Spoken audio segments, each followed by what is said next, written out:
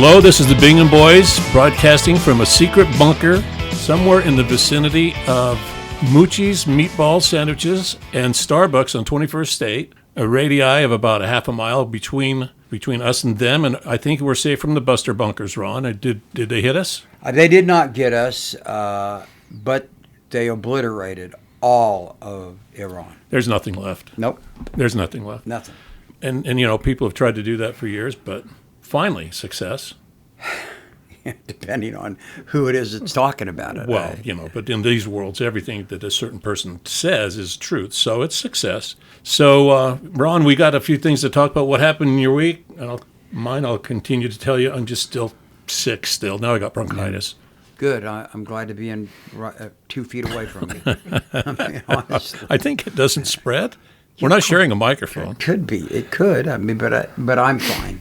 I'm good. I'm looking forward to the 4th of July week. We didn't talk about this, but I'll tell you my favorite 4th of July, other than going to Bingham, and we're going to talk about that. No, what is it? I played baseball in Missouri between my junior and senior year in high school at a baseball camp. And we played all over Missouri, Illinois, and Iowa. And we played in Ottumwa, Iowa on the 4th. Radar O'Reilly's town, isn't it? Yeah, 4th of July. We played there, played a doubleheader against their men's team, because all those towns had teams. Yeah, they did. And I'll never forget that. We played a doubleheader against them. They were really good, and we won both ends of the doubleheader, but it was old-fashioned baseball. To the extent that these guys, they were older than us, they were older men, they would leave their gloves on the field, which is what they used to do. And they didn't take them to the dugout. They would just leave them behind your second baseman. You leave it on the grass behind second base or the shortstop. The next guy would use the same mitt? Well, that's what it started out as. But, of course, we took our old mitts out. But we ended up doing the same thing. But it was one of those days of my life that I'll never forget. Well, there you go. Yeah. Mine is similar 4th of July was at Lava Hot Springs. We're 16 years old. I don't know why our parents ever let us drive up there. 16, 17 years old. And half of the guys driving were 3/4 of the way drunk at 1 a.m. when we left. And our parents said, yeah, see you on Monday. But somewhere in between was the 4th. And they set the fireworks off at Lava all the time. And I think for every year I was up there, they burned the hillside down. Yeah. That was there's my 4th. There's your 4th of July, yeah. That's Lava Hot Springs, a lot of the old Bubbas, the Croatian and Serbian, and maybe the Greek they did. old grandmas did. They would go up there every summer and spend a month up there. My grandmother did. My dad's mother A month? did. Yeah, I remember she would go up there with Mrs. Pacina and some of the other old ladies, and I think they were there for like a month. But well, I love Lava Hot Springs. I really do. Mm-hmm. But a month's a push. No, I know, but they were old then, although they're younger than us at the time. But anyway. I think they were. Hey, but last week you brought up today's a special day north of us. July 1st is... you brought to my attention. I didn't know. I know. It's Canada Day, and it's our 51st state, and I think that we ought to honor them as they come to being the 51st state of the United States of America, because Donald Trump said this is going to happen. And, I mean, there's nothing he says that doesn't get done. And so I think that we ought to honor them today. We can honor the United States of America tomorrow and the 3rd and 4th, and Utah on the 24th, but I think we ought to honor Canada today. Well, we honor two things today. One is the guy that drew the straight line across a map that already existed and created the border. Right. We're gonna go to school on prestigious Wharton University. Yeah. Why don't they teach latitudes at such a school? I mean, people should know, if I'm not mistaken. I have no idea. That's beyond. And it's not just a weird line, right? It's no, a real. It's a real line. I mean, yeah. People knew that before there were lines. Sure. Before the map was there. But hey, I don't think Canada's going to join willingly. Well, it doesn't seem like it. I mean, I have a good friend who played football at the U. I think he's a little bit younger than me. Gene LaRoque. I don't know if you know Gene. No. He was a lineman that played at the U. Good football player, and ended up playing in Canada. He's from. I'm going to get it wrong. I think he's from Ontario, the province of Ontario. I jokingly said to him after President Trump said that Canada was going to be the 51st state, I said to him, "Welcome to America, brother. Welcome to America." And if it's the old looks could kill. The look in his eyes were more like this. I would rather People in Radioland, I'm looking at some kind of cross between Steve Buscemi eyes yeah, well, his eyes and Marty Feldman. Yeah, his eyes were more like. Your eyes are kind of there. I'm trying to capture it. His eyes were more like I would rather have my eyes carved out of my head with a rusty spoon than Canada to be the 51st let me read you state. something. I have a great friend in Canada, in Toronto. He's from the same industry I'm in. He's a co-founder of what is known as Now Magazine, one of the more successful alternative newspapers in either country and or state. There are several of our members of alternative news weeklies. We're Canadian papers. Michael Hollett is his name. Great guy. He's also, a hell of a hockey player still at his age, and knows half of Canada, it appears, whether they're athletes or musicians. So I'm certain if I said the name Gordon Lightfoot, he'd throw me a story or something. Sure. But he also is the main emphasis with his wife Barbara for North by Northeast, a musical event that grew out of Austin South by Southwest. Mm-hmm. So I reached out and I said, Michael, what do you think about this 51st state stuff? So let me read you what he sent to me. Sure. It says, it feels like we've been betrayed or cheated on by a spouse or great friend who we never imagined were capable of such betrayal. It's a trust that can never be reclaimed because now we know what the United States is capable of. At some time, we are more clearly seeing differences. We have previously ignored. The hideous gun control that sees your weapons leaking across the border and the source of majority of our weapons, crimes. Your country's cruel hate of diversity and women. It's all out in the open now, and we can't pretend not to see it. And we mustn't because we don't want to become like America. I'm sorry. So I said, well, don't be sorry, And is there any sympathy for among anyone in Canada to become the 51st state? He said, none, and it looks to me like 10 or 15 exclamation points behind it. It has brought us together in rejecting Trump's kind of agenda. I love my Utah friends, however. So that's beautifully written, and I do think I've bumped into some Canadian people other than Gene who lives here and most of the time and does love America too. They understand it's Trump. They understand it's not us, but they also understand it's Trump's supporters. It's Americans that voted for him. It's Democrats that didn't have the guts to stand up to him, and that troubles them, and it should trouble us. There are jokes that can be made about the 51st state being Canada, and invading Greenland and those type of things. But the fact is that they show a adolescent view about how public policy is determined and how we deal with diplomacy around the world that his administration is known for. One of the things I was going to say, there's some great Canadians. Who's your favorite Canadian band? Could be the Guess Who, is that? That's who I was going with. Oh. Yeah. No, there are a lot of great Canadian musicians and poets. Leonard Cohen. That's right up there. The beauty of that country, which I've had a little time in particularly in British Columbia, and the people are good people. And it's just disrespectful. I was going to joke and say, the other people that I think of course, are some of the hockey players, the Richard brothers, and even more recently, they won the Stanley Cup. Florida did, but Brad Marchand, who's from Toronto, and Wayne Gretzky. And you wonder out loud, to turn this into a serious subject. So if Canadians came into America, would they be American citizens? And that's not a foolish statement, because Trump has sicked his Justice Department on looking at people who are naturalized American citizens and whether or not they should have their naturalization taken away from them. This is something that the DOJ, the Department of Justice, has been told to go after with great vigor recently.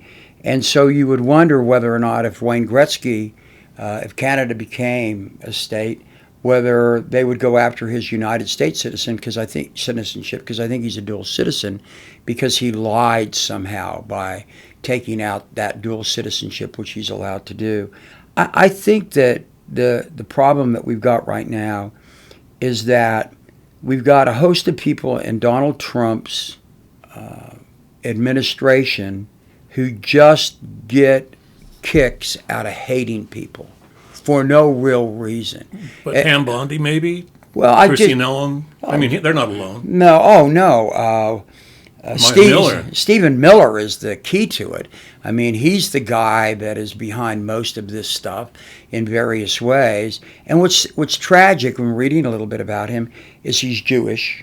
And when we've talked about this a lot. I mean, these are people that are really Christian, good people and good religious people. And apparently none of them have read the Bible, because in the Old Testament, particularly in Deuteronomy and Kings and a lot of the books of the Bible, it is about looking out for the alien working people among us. And how they missed that is beyond me.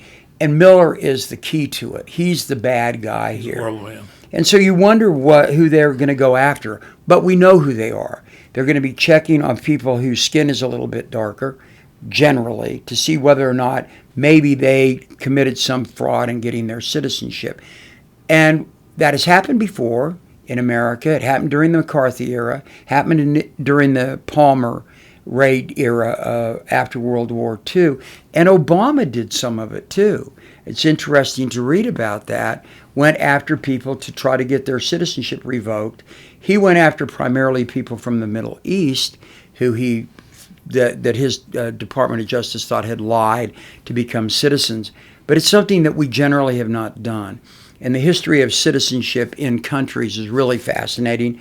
I won't go into it, but it's interesting for me and you for a reason. My Serbian or my Croatian grandfather became an American citizen. My Italian grandmother and grandfather did not. My Italian or Croatian grandmother didn't.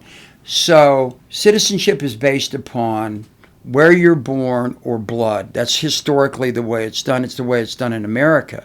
And so you wonder if they don't like me and you, and they go find out that Bartolo Spunga, my grandfather, never became an American citizenship, could they then say somehow, because I have birthright citizenship from my parents, that maybe they could deport me? Because your parents wouldn't have had that birthright, right? Is that the my parents would have had birthright too, but they could say, well, they really didn't deserve it either, because, of course, they didn't go through the naturalization process. And that's a parade of horribles arguments that lawyers make all the time. But when you read about the directions that have gone to DOJ about looking into this stuff, and you see what the Trump administration has done to attempt what they say are lawful deportations, which are totally against the idea of due process that is in the Constitution, and the idea of birthright citizenship being considered to be a black letter law ideal that we've had ever since the 14th Amendment was enacted, but even before then as just an idea that we accepted. You don't know what they're going to do, because it's all about grievance and who they're pissed off at the time. Just like Trump said again yesterday, he wants to deport the guy that's running for mayor of New York. He called him a communist. It called him a lot of things, and you just go, well, wait a minute. You're the president of the United States, and so you're deciding who you can deport. I'll tell you who we ought to look into is Elon Musk. One of the things that we have done in this country. He wants to deport, as of today, he said, maybe we should deport Elon Musk. Well, there we go. But, that's the kind of deal, because he stood up to him. But he wasn't going to deport him earlier, but there is a useful tool. But there is one thing about Musk. One of the things we did go back, meaning the country went back and looked at Nazis who escaped Nazi Germany and came here and lied on immigration papers to revoke their citizenship and deport them. But it was generally only done after they had been convicted in courts for war crimes. And so, what about Melania? What about her? What about? Too late for Ivanka. I don't know what her story was. Well, I don't know, but that's the kind of thing. And of course, I don't want any of them deported. But it's the type of thing that people start to think about, and even an experienced lawyer like me says, I would have never thought that we'd be dealing with this. Your job title is going to go away if this keeps up, because who's going to need a defense attorney? Well, we're not. No one is. No one is, because you're not going to have a court system. No, we're not going to have a court system, and it's troubling. In our Supreme Court, the recent decision about tacitly extending the power of the president to do whatever they want with executive orders, and it was clearly a ruse, because basically what they said is Biden asked for the same thing, that they not be able to use one judge's decision to stop all exercise of presidential. So a judge in California couldn't stop something in Wisconsin, right? And the Biden administration tried that with some of his executive orders, and this same Supreme Court didn't deal with it at all. They passed on it, but when Trump asked for that, they granted to him. I think Biden was wrong, and I think Trump is wrong. But to get to the end of this screed, we got to be concerned when the branches of our government overlap, particularly on the 4th of July week, where the sharing of power between the executive, judicial, and legislative branch was so, it was dovetailed into this great document, the Constitution of the United States, that everybody should read this week. You should read it for yourself. Try to understand it. Read the Declaration of Independence, because it's beautifully done, and countries all over the world have used it as their template for how good government should run. And Donald Trump and Stephen Miller and that crew are ruining it. When did you ever study much of the Constitution or Declaration of Independence? Mine was, going to be honest, it was pretty damn limited when I was in school. I mean, you might have learned the top 10, amendments or something, but nobody dug deep into it in the classes I took. I'm not defending people who don't or haven't read it, but no, of course, I had classes in college. I took a law class at University of Louisville. I lived by it, even though I was going to Bellarmine College, which was fantastic. It drove home the desire for me to become a lawyer. I mean, it was one of the final nails in that particular coffin. Well, the result of what I'm saying is even people with so-called more than average education have a very, very limited scope of what the Constitution says and what the Declaration of Independence means. The rest of America, a large number of them, you can start with our president. He's got a hanging now on his wall in the Oval Office, a facsimile of the Declaration of Independence that he somehow thinks is the original. He said that. Well, the original's like underneath the Library of Congress somewhere. Yeah, well, it's behind a very large, impervious. Yeah. I think it's in the. The library. It's a big happy document. It is in the library. They asked. Remember, Terry Moran asked him in an interview, like, "Well, what does that mean to you?" Oh, it's happy document. I like happy things or something obtuse. You know what the Declaration? It's right over your shoulder. You know what the Declaration of Independence is? He should read it. It's an indictment of King George, who, like Donald Trump, never followed the laws that were handed down to him. He was king. He wasn't an elected president, but he also had to operate under law. And that started with Magna Carta and other rights that the English people took from the king. King George wouldn't do that, didn't do it with the colonists here. And the colonists had support in England that spoke in the House of Commons and the House of Lords on behalf of the colonists here. When they didn't, they effectively indicted him. When you read the Declaration of Independence, I've got it right here. I won't burden you with it, but read it, folks. It is an indictment, just like when somebody is indicted for a crime. They lay out his crimes and they give the remedy. In the law means nothing if there's no remedy. And the remedy here was that we're cutting ties with you guys because you won't play by the rules you gave everybody. You should read it and read about it. Well, we should. It should be like everybody's mandatory list. Lots of things should, and it's not just, pledging allegiance and calling it a day. We need to study why it's there. Yeah, and the effect of it. Right. I could talk about this stuff forever, but I'm not going to. Well, that's okay. I could talk about drinking ouzo for a long time too. Well, this is your area of expertise. Well, I don't. I think it's a little bit more serious than drinking ouzo. I mean, Not when you had octopus. No, even Bill. I mean, even Bill agrees with me on that. But I'll tell you one other interesting thing. I got off on a tangent, and that was reading the Constitution of the United States and the Declaration of Independence, and reading the Articles of Confederation when it comes to this idea of citizenship. And then I went and I read the Constitution of the Confederacy of the United States. A lot of people don't know there is such a thing. It's based on our Constitution. And they also had a Supreme Court that ruled on stuff. And something I was aware of, and went back and read some of that stuff. And to show how each of these three entities, America under the Articles of Confederation, America under the Constitution of the United States, and the Confederacy under the Constitution of the Confederacy, how they dealt with this idea of citizenship. And the reality of it is much of it has been assumed. And once again, we just assume you're born somewhere, you're a citizen. And yet, in today, 2025, we have a guy who's read none of those documents. And I doubt very much that his Federalist Society lawyers have either, who have decided we're going to go back and look at a black letter clause in the Constitution about who is a citizen. And it says very simply, it really says very simply, all persons born or naturalized in the United States and subject to the jurisdiction thereof are citizens of the United States and the state wherein they reside. That's it. Is that in the same book that Mike Lee carries? No, well, it is, except... Not the same physical book, but, yeah, but same words, right? Yeah, but his is written in the language. Remember when Brigham Young came up with his own language? Mike is that. So the translation maybe lost somewhere. We lost in there. something. Yeah. That was mean. I'm sorry. I apologize for that. But it's very simple. And one of the interesting things about the Articles of Confederation, they had two exclusions for that, and it wasn't black folk. It was paupers and vagabonds weren't citizens in the Articles of Confederation. So it's something that's been thought about.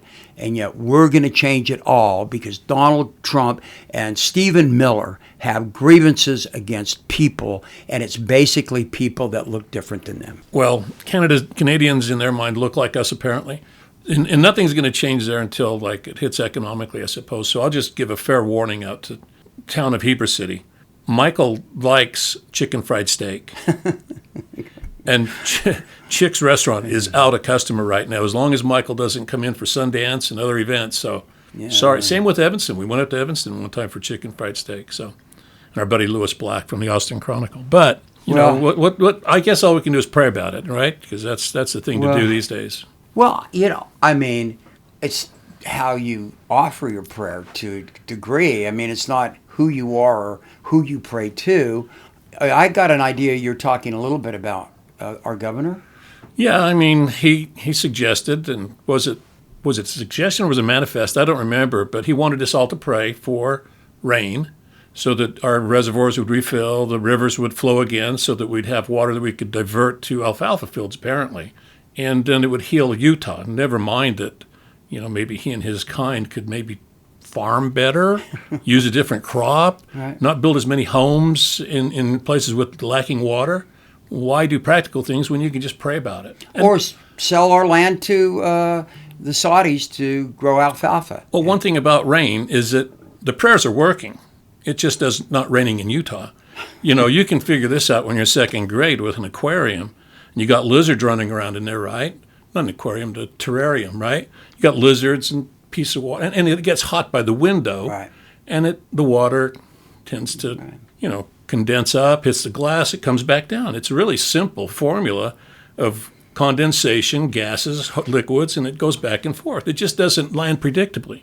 And I don't think that I compare Cox's prayers to condensation. He's throwing them out there. They're going to land somewhere, whether they land on God's shoulders or Hal from the movie, Space Odyssey. I don't know, but his prayers will be answered, just not when he wants them. Well, and not how he wants them. The other thing about prayer is I believe in prayer. I pray for people all the time. But that's it. Wait a minute. Wait. You pray for people. But and that's, there's nothing wrong with that. And in fact, prayer should be about, forgiveness and those kinds of things, and praying for people. Not something that, It's a natural occurrence. Natural occurrence, exactly. I hope the snow melts. Well, I can hope, and you know what? I can hope and pray, but the snow's going to melt. Yeah. Doesn't matter. The thing about Cox is that's because Cox doesn't do anything else, and so it sounds good. Well, he runs on the same principle. You're an R, LDS, male resident, and it's going to resonate. Yeah, really in a way, it doesn't bother me that somebody says, I wish we could all pray for rain and it would rain. You go, great. The Indians had rain dances, okay?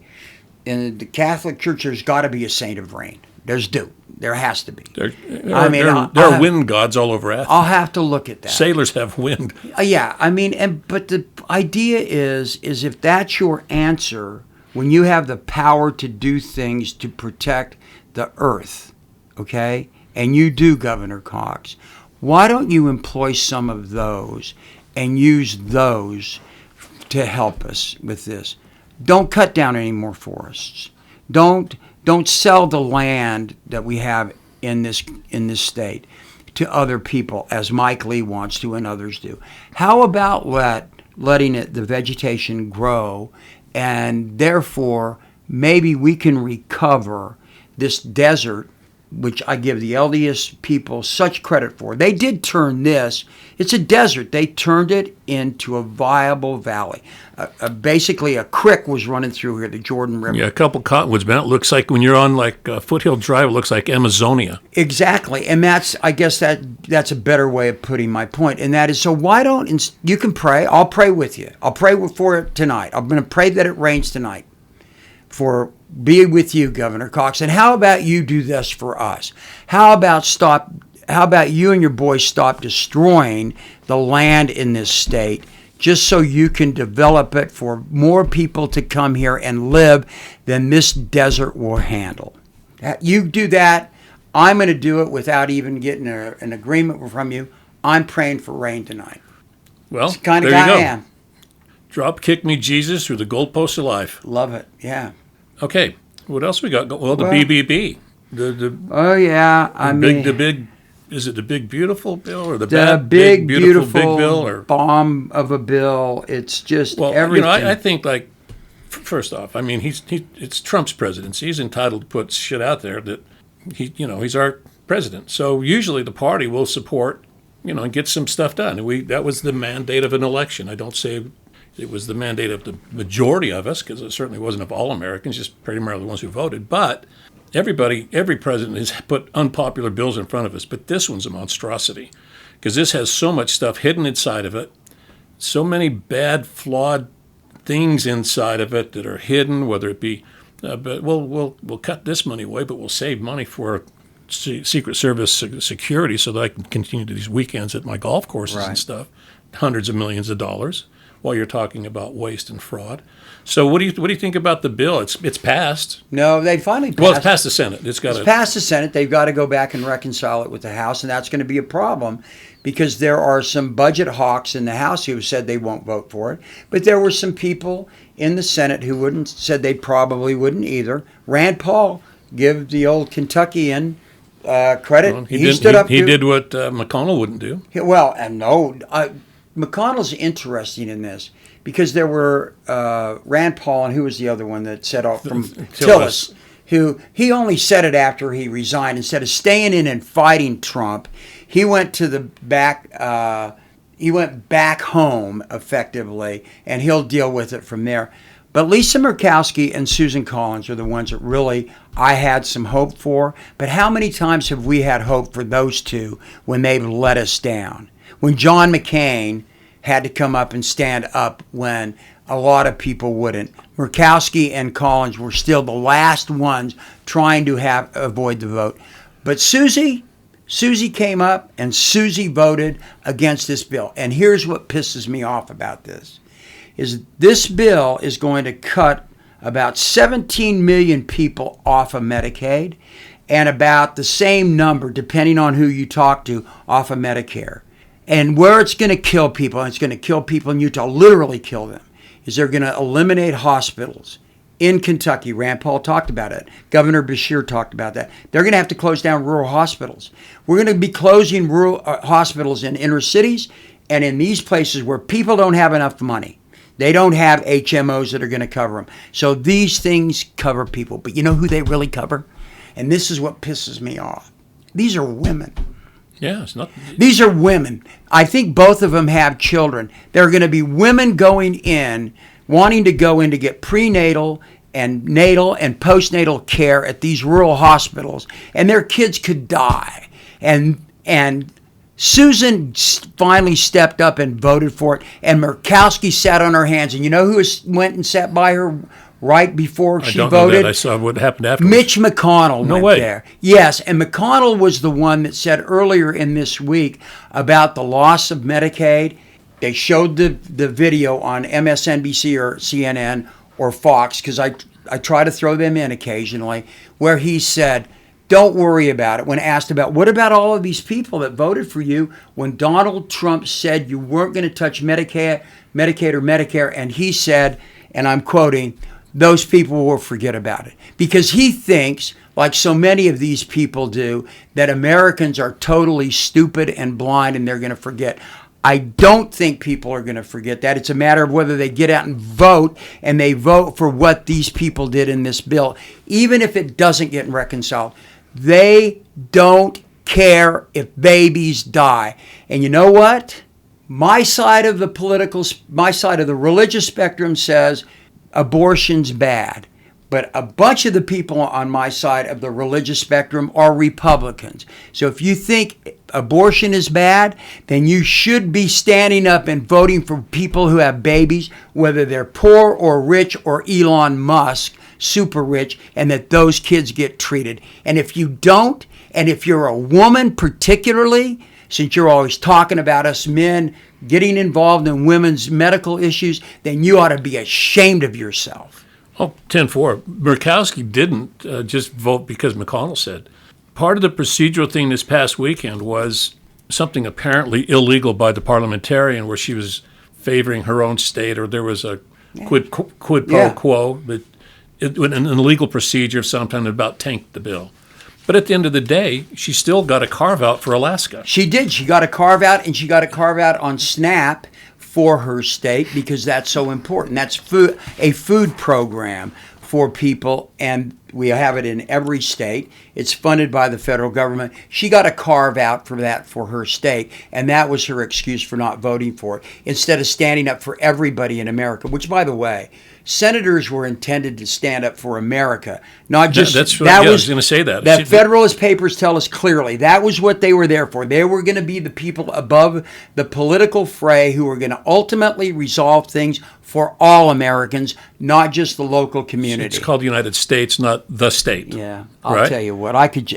Well, she said that, at the end of the day, that she didn't like the bill, but the deadline came as an artificial deadline, and it's not the best bill for the country, but at some point, my favoritism was for Alaska, and I helped my state. Well, good for you. Then resign from the Senate. Right, exactly. Resign from the Senate and do this also. Ask who made this so important to be done by July 4th. It wasn't the Democrats. It wasn't even slack-jawed Mitch. Why do you think he needed it by the 4th? Because it's a photo op, man. Okay. He's, I won't say it. Good. But you people out there, it rhymes with truck. So No. don't go there. No, I was going to say he's like our mayor in Salt Lake City. It's all about a photo op. Nothing else ever gets done. Well, he didn't score points with hardly anyone on this one, except the people that he can kind of move around rather easily, and those seem to be any Republican politician right now. Well, you would think. I heard this is for you. I heard a phrase I'd never heard before. A news desert. That there are lots of news deserts in America. And it was, again, on one of the news programs. And I'd never heard that phrase before. And the point that was made by these two people that were talking, I apologize, I don't remember their names, was that a lot of people that would be really pissed off about what happened yesterday. They don't know what went on. They don't know what went on because there is no news really for them. There are no papers for them to read anymore. Local news is basically local news.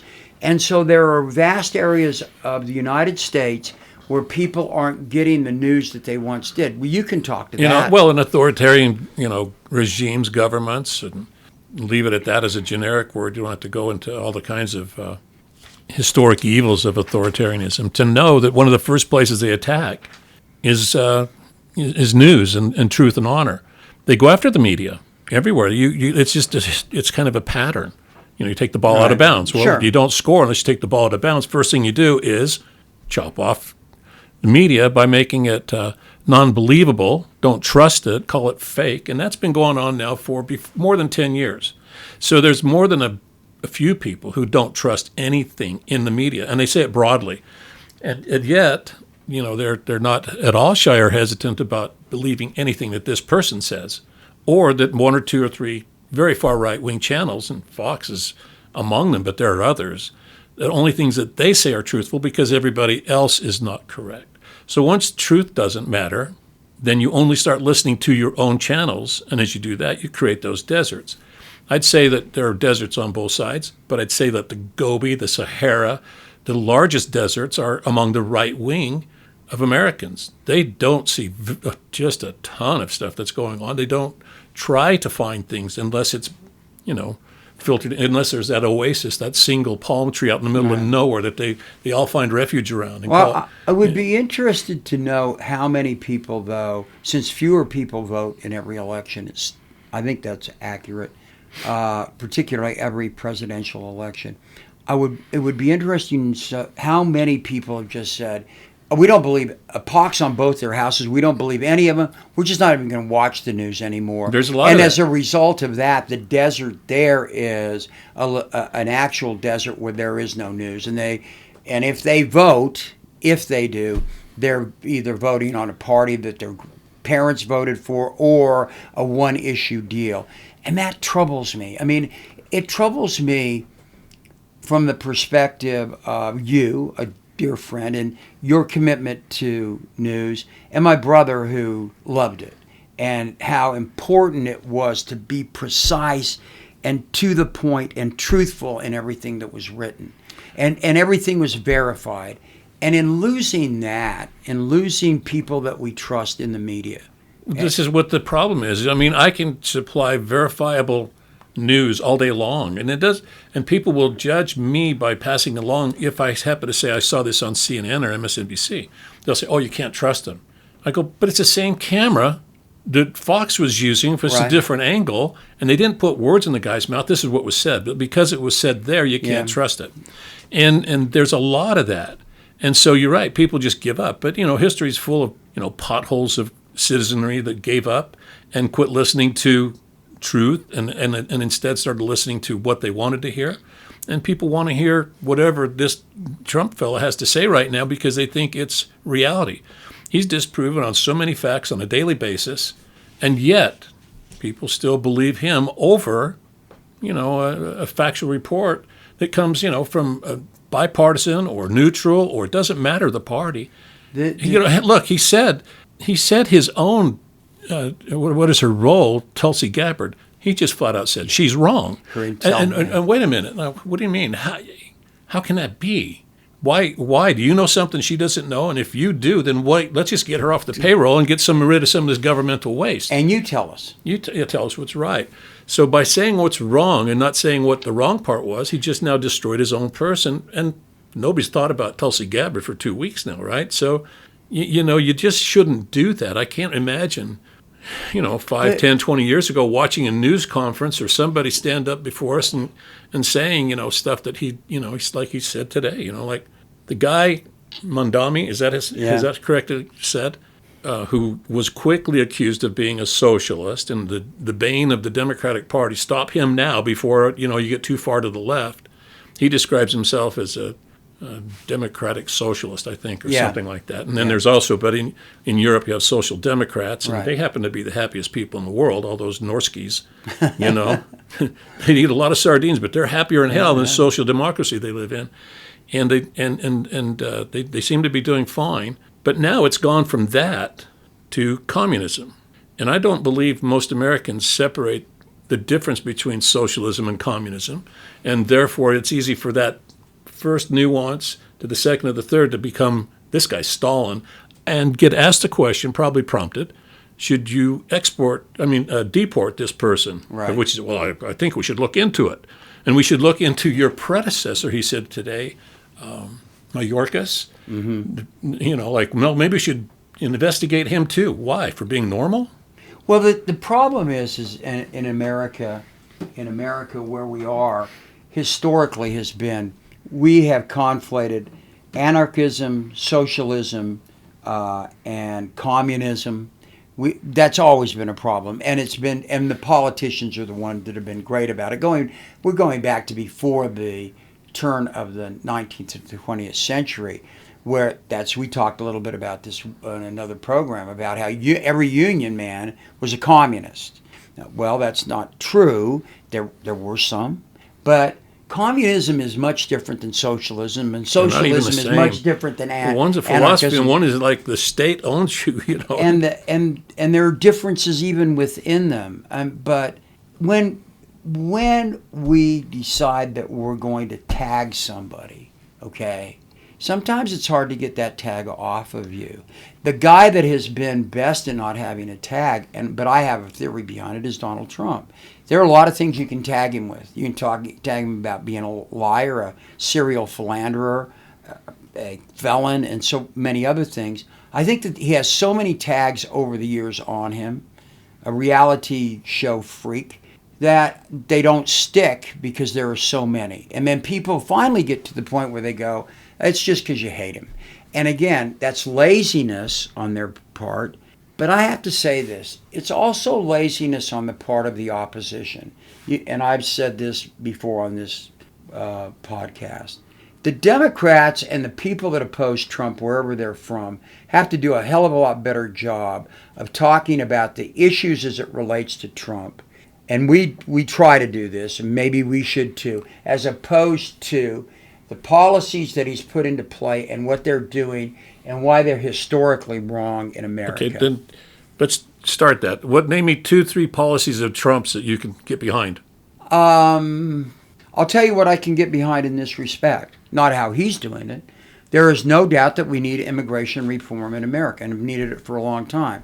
Joe Biden, the Biden administration, sat on their ass. They had 4 years and they didn't do anything about it. I do believe, but in a different way, we've got to, in America, we've got to look at waste and spending in the federal and state governments, and we've got to prioritize what we want to spend our money on. And that gets to right where we are with the big, beautiful bill. And that is, do we want tax cuts? And most of which go to benefit super rich. That's a fact. In money terms, not in necessarily percentage terms, but in money terms, it goes to benefit them. Do we want to give money so that Jeff Bezos can go to Venice? And was it Venice Beach? No. He spent $50 million in the... Your neck of the woods, Ron. You live up the street from there. Yeah, my grandparents lived 100 kilometers due north of Venice. They're Venetian, as they say. Spent $50 million on a wedding there. Think about that. Think about that. $50 million on a wedding. Okay, if you're listening, it's just a joke. My wife couldn't even spend $50 million on a wedding. Okay? But the fact of the matter is that they did. So if you have that much money, you don't need any more tax breaks. But I'll tell you who does. It's that mother and the baby. Yeah. Well, America has a reckoning then, right? But anyway, coming back to the question, you gave me the Lisa Murkowski stare for about 10 seconds, trying to get an answer about the good things about Trump. You have three? No, I guess the third. I think the third one would be only that. That's it. The Murkowski, for ladies and gentlemen, the Murkowski stare is continuing. Ron's just staring. But there isn't a number three. Let's just face it. There isn't a three. Well, but I was trying to come up with something that he brought world peace. He brought Congo. He solved what? Name something. No, the fact is, the third one I was going to say is so absurd that I'm not even going to put it out there. It's hard to do. You talk about a lot of things, but when you talk about real policies, not. I do think if the Democratic Party had talked more about, and I really feel this way, and I'm going to offend somebody, and I don't mean to. I don't mean it that way. Nobody will ever be able to say that I'm a racist or that I don't believe in LGBT rights, because I do, and I've shown it in my career as a lawyer and as a person. But if we would have talked a little bit more about the butt crack guys and the people that work hard and the people that care, and also the immigrants that have come here, either. So what the Democrats did, they lost their base of middle America and it became flyovers. But they also wouldn't talk about that stuff. And they didn't attack Trump and the Republican Party on those things. Trump somehow was able to get those people to believe that the Democrats didn't care about them.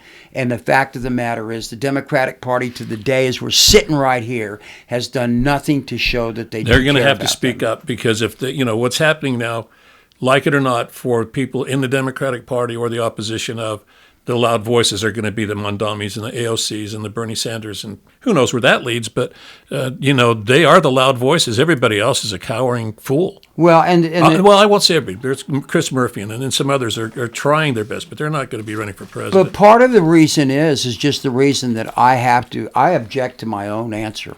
Well, there you go. Because I couldn't come up with... You can do that in court? I well, object, no, Your Honor? I probably... I object to it. I would do it. You wouldn't ask a question you didn't know the answer to. I have said this in court. I have said to a witness, when I've asked a stupid question, I'd say, Your Honor, I withdraw the question. That was a stupid question. I've actually done that many times. The problem coming up with the third one with Donald Trump is because everything that Donald Trump talks about has nothing to do with policy. It has only to talk about grievance and what he's doing. This is where my rubber hits the road. You talk about policy all day long, and maybe he does get credit for this or that, but every president gets credit for this or that. Economies go up and down, wars start and end. Weather, hurricanes come and go and blow. But what doesn't change is what the founding principle of this country was: a place to come where feed the poor, find escape from your miseries elsewhere. Come here. We want to welcome you with open arms. We embrace you. We are who we are because of our ideals. Losing track of our ideals, which Trump never speaks to, never. He can't give a good grievance. For goodness sake, he wouldn't even announce even hardly a word regarding the assassination in Minnesota. No. And then there was, and because it can't be exploited, the recent shooting in Idaho, because apparently the guy is not some left-wing dumb Democrat with, tattoos on his ears. So, silence. When it comes time when America wants to heal, the guy is nowhere to be found. No. And you can see it in the love possessed by his children. I think that those people are kind of like, Wes Craven movies just brought to life. Well, I think the thing is that I don't care. First off, Barron Trump is off limits. He's a kid. His two sons and his daughter and Jared Kushner are backed away. But the deal with Trump is simply this. Trump's grandfather came from Germany for a reason, because they were having trouble in Germany. His family was. He came here for America for that.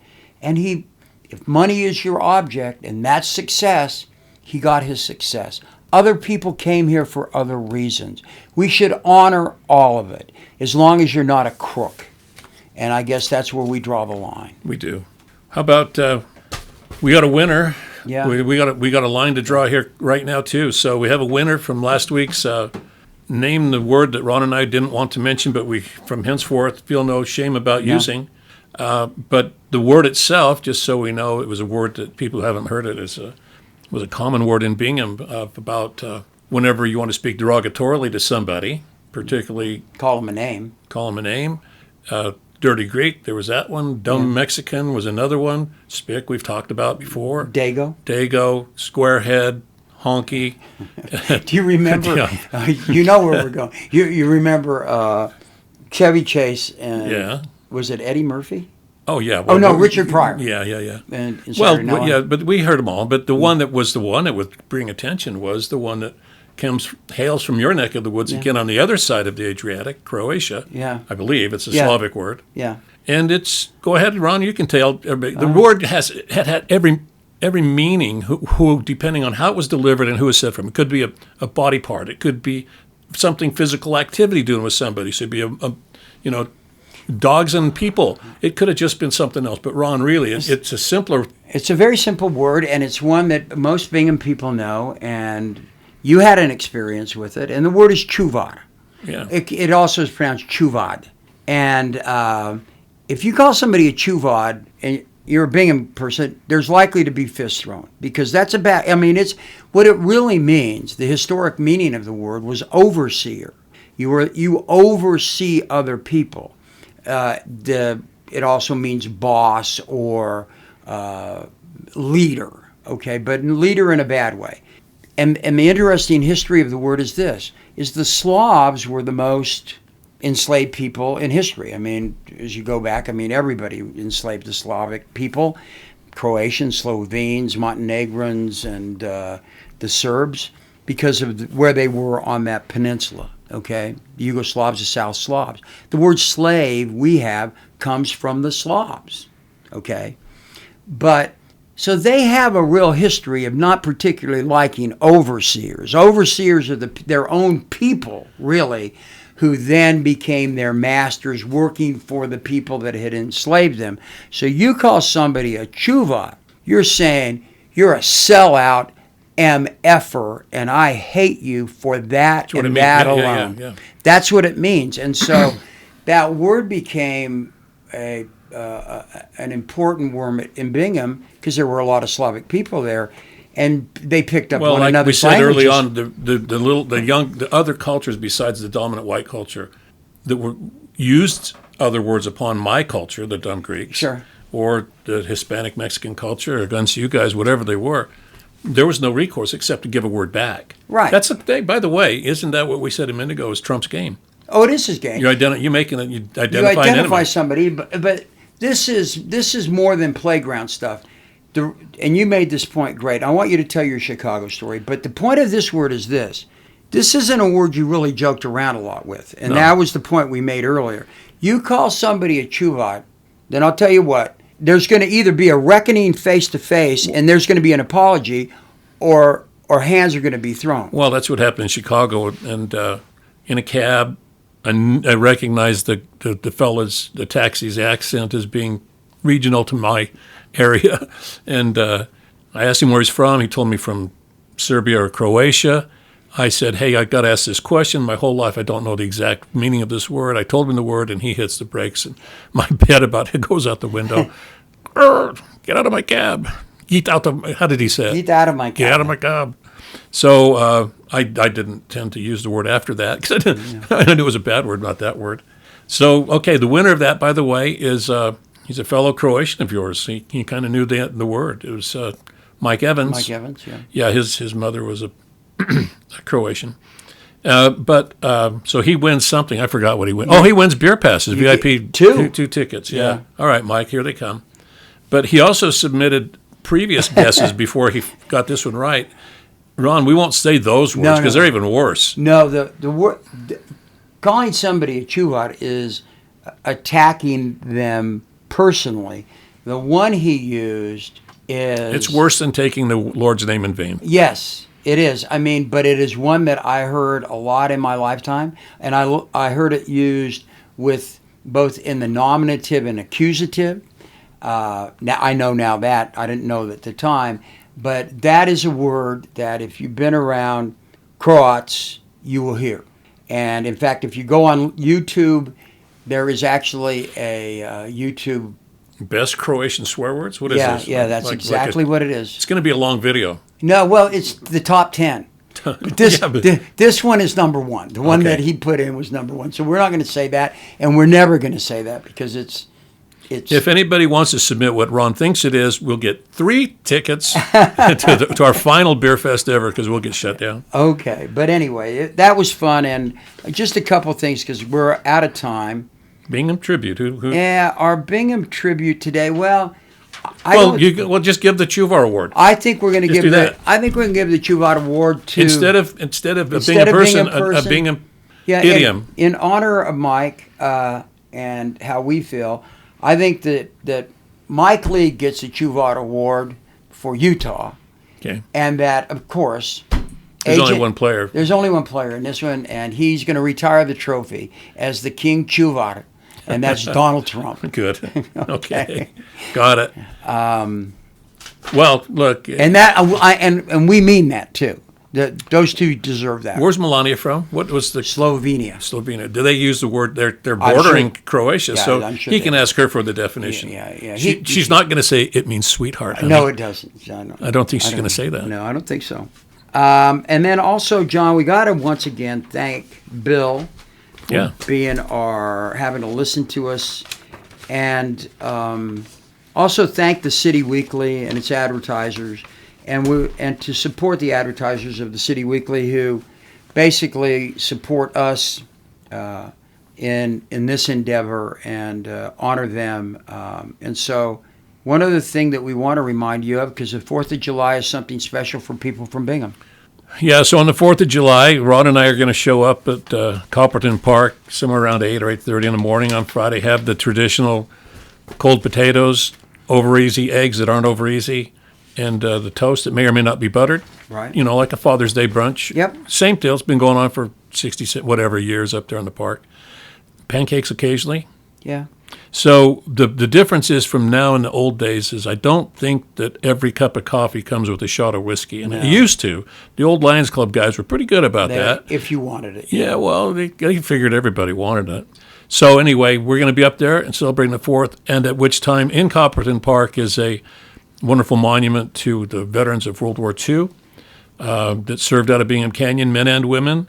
We'll write some names down so we can talk about them next week and honor those folks, some who presented their mothers, and their mothers especially, with the unfortunate designation of Gold Star Mother. And by the way, you know what we should do? We should get something going and make a Vietnam memorial for the Bingham guys. That's a good Somebody idea. should do that. That's a good idea. I'm in on that. All right. Okay. But come up there, and the food actually, John, is overselling that it can be cold occasionally. It's because if you continue to bullshit instead of eat your food, it gets cold. So, but come on up and support the Lions Club. They do a lot of stuff in Copperton still, and they're great folks. And so come up on the 4th of July. It's hotel food without the hotel. Would you stop that? I mean, seriously. I'm telling you, they're all the same. It doesn't matter if it's in Harriman or Riverton or Panguitch or whatever. It's the same. The guy's just, slopping hash. Sorry. That's okay. I've eaten it for years. It's okay. It is okay. I'm going to get my paper plate, plastic knife, and spill some on my lap and be happy about it. Well, I can't wait. Okay. That's why we're going. That's where we're going. Okay. All right. Till next one. All right. Peace and love.